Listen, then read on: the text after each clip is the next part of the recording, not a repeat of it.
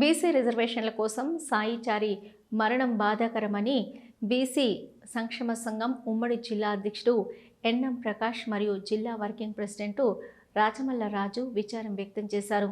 Satavahana university ముందు గల జ్యోతిబా పూలే విగ్రహం దగ్గర సాయిచారి మరణానికి విచారం వ్యక్తం చేస్తూ వారి ఆత్మకు శాంతి చేకూరాలని కొవ్వొత్తులతో నివాళులర్పించడం జరిగింది.